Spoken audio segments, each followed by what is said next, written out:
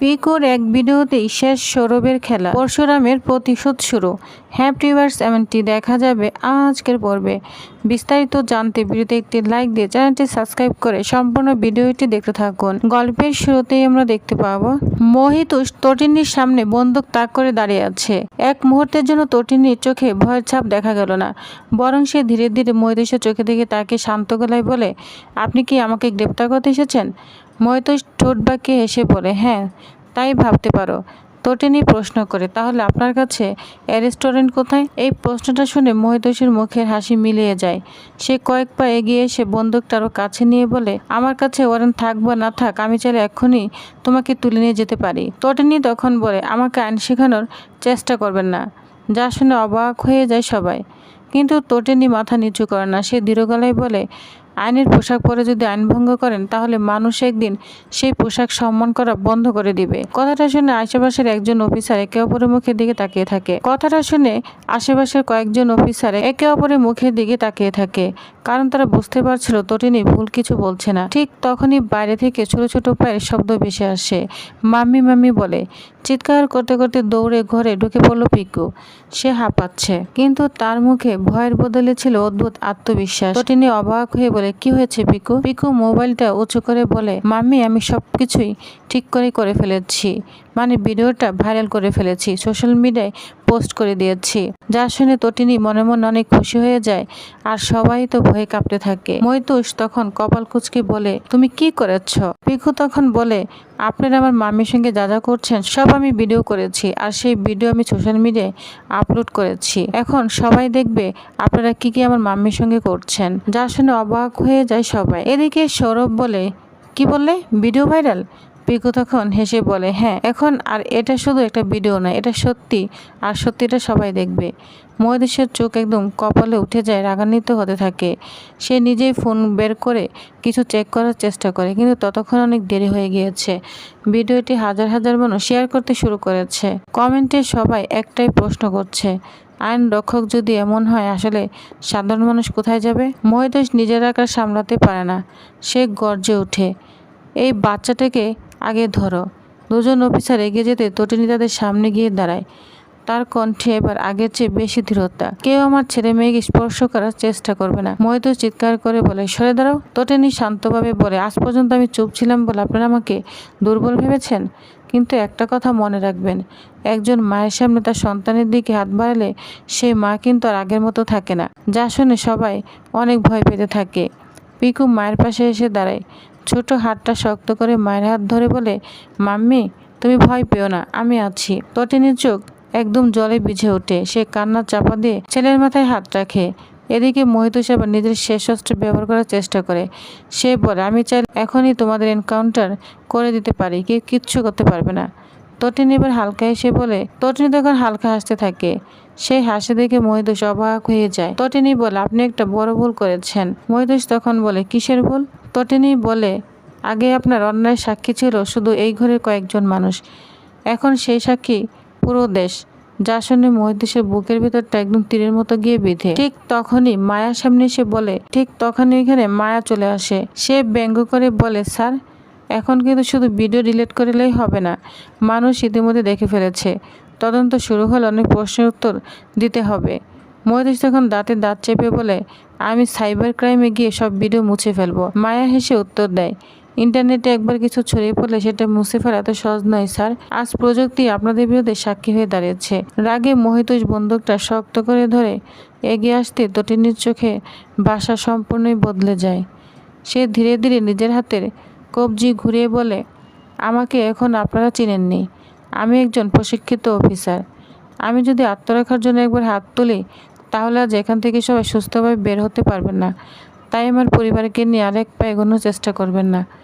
কথাগুলো বলার সময় তার গলার কোনো চিৎকার ছিল না, ছিল শুধু আত্মবিশ্বাস, আর সেই আত্মবিশ্বাসী মহিতুষকে দুর্বল করে দেয়। চারিদিকে তখন শুধু মোবাইলের নোটিফিকেশনের শব্দ।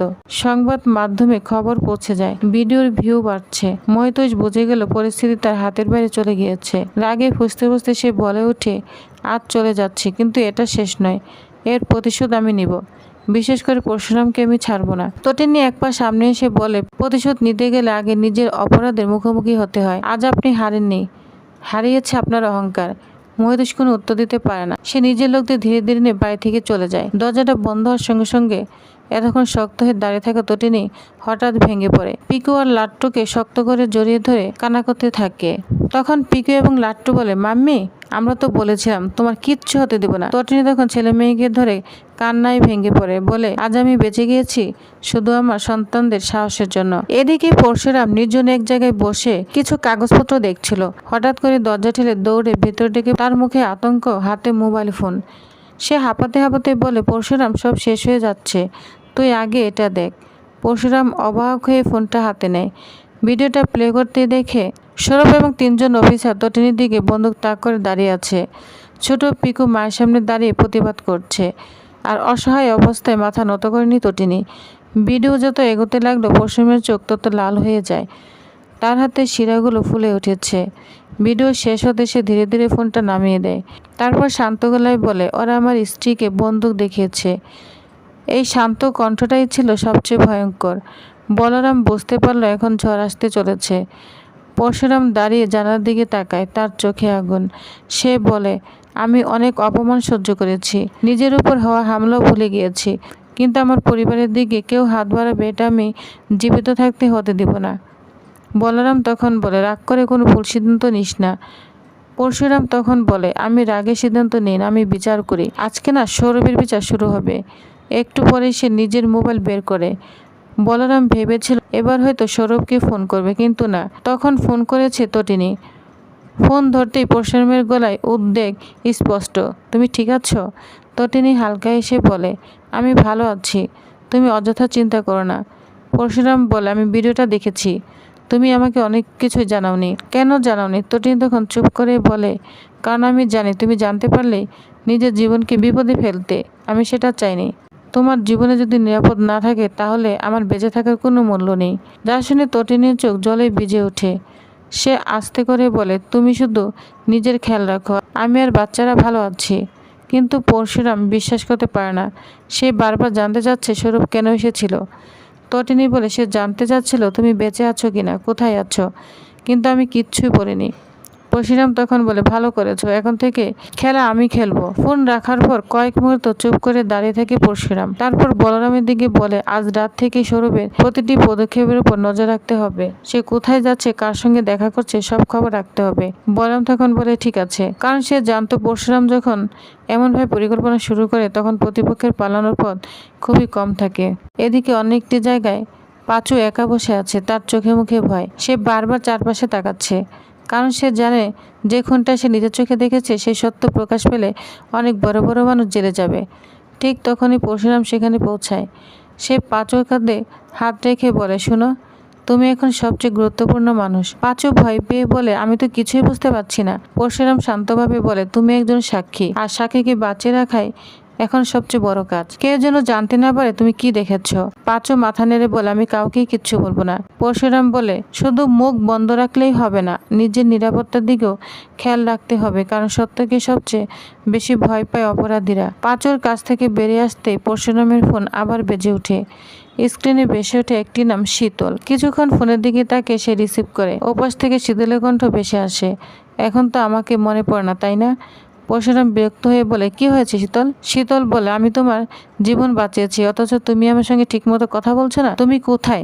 এই বলে চিৎকার করতে থাকে আর বলে, তোমাকে আমি জীবন দিয়েছি, তোমাকে আমি বাঁচিয়েছি, জলে জলে জল থেকে তোমাকে আমি তুলে এনেছি, তোমার 3টি বুলেট লেগেছিল, আমি তোমাকে বাঁচিয়েছি। তখন পরশুরাম বলে, তোমার উপকার আমি কখনোই ভুলব না, কিন্তু সেই কারণে আমার ব্যক্তিগত জীবনে হস্তক্ষেপ করার অধিকার তোমার নেই। শীতল তখন বলে, তাহলে তুমি বলো, তুমি তটিনীর কাছে গিয়েছিলে? তোমার জামাই সিঁদুরে দাগ ছিল, আমি সব বুঝে গিয়েছি। পরশুরাম কোনো উত্তর না দিয়ে ফোনটা রেখে দেয়। তটিনী আরো রাগ হতে থাকে। তখন পরশুরাম বলরামকে বলে, আচ্ছা রাখতো এসব, আগে সৌরভকে সামলানো দরকার, পরে অন্য সব। বলরাম তখন বলে, না, সব সমস্যার সমাধান একসঙ্গেই হবে। এবার কেউ আইনের হাত থেকে কেউ বাঁচতে পারবে না। ঠিক সে সময় অন্ধকার আড়ালে দাঁড়িয়ে একজন সব কথা শুনছে। তার ঠোঁটে রহস্যময় হাসি। সে নিজের মনে বলে, পরশুরাম, তুমি যতই পরিকল্পনা করো, আদালত পর্যন্ত সেই সাক্ষী কখনোই পৌঁছাবে না, তার আগেই শেষ হয়ে যাবে। এদিকে তটিনী বাড়ির বারান্দায় দাঁড়িয়ে আকাশের দিকে তাকিয়ে আছে। তার চোখে যেন কোনো ভয় নেই, আছে শুধু অপেক্ষা, কারণ সে জানে আজ পরশুরাম আসবে। তার জীবনের সবচেয়ে কঠিন সময়ে যে মানুষটা সবসময় ডাল হয়ে দাঁড়িয়েছে আজ সেই আসছে। কিছুক্ষণ পর বাড়ি গেটের সামনে একটা গাড়ি থামে। গাড়ি থেকে ধীরে ধীরে নেমে আসে পরশুরাম। সারা শরীরে ক্লান্তির ছাপ থাকলেও চোখে ছিল ভালোবাসা। তটিনী দরজা খুলে দুজনের চোখে চোখ পড়ে। কোনো কথা হলো না, কিন্তু মুহূর্তের নীরবতার জন্য হাজার কথার চেয়ে বেশি শক্তিশালী ছিল। পরশুরাম তখন ধীরে ধীরে এসে বলে, আজ যদি ভিডিওটা না দেখতাম তাহলে হয়তো বুঝতেই পারতাম না তোমরা কত বড় বিপদের মধ্যে ছিলে। তটিনী তখন মৃদু হেসে বলে, আমি চাইনি তুমি উদ্বিগ্ন হও, কারণ আমি জানি আমার জন্য তুমি নিজের জীবন ঝুঁকিতে ফেলে দাও। পরশুরাম তখন বলে, তুমি শুধু আমার স্ত্রী নও, তুমি আমার সাহস। তোমার উপর কেউ হাত তুলবে আর আমি চুপ করে থাকবো, এটা কখনোই সম্ভব নয়। তখন তটিনীর চোখে জল ভিজে উঠে। সে আস্তে করে বলে, আজ একটা সময় মনে হচ্ছিল হয়তো আর তোমাকে কখনোই দেখতে পাবো না, কিন্তু তখনই পিকু যা করলো আমি বুঝলাম সত্যকে কেউ চিরদিন চাপা দিতে পারে না। ঠিক তখনই দৌড়ে এসে বাবাকে জড়িয়ে ধরে পিকু আর লাট্টু বলছে, বাবা। পরশুরাম দুই সন্তানকে বুকের মধ্যে টেনে নেয়। তার চোখের কোণে জল চিকচিক করছে।